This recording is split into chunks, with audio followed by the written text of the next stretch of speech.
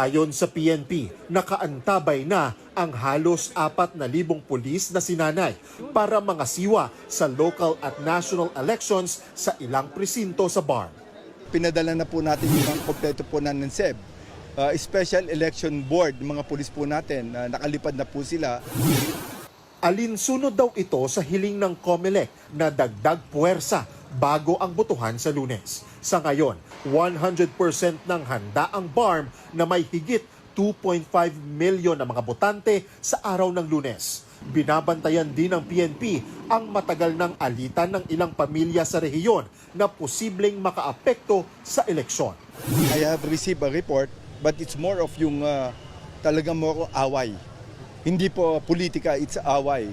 Yung iba kasi they take advantage na ito na nag-aano sila para mai-contribute po dun sa election related. But if you look deeper, grudges po before.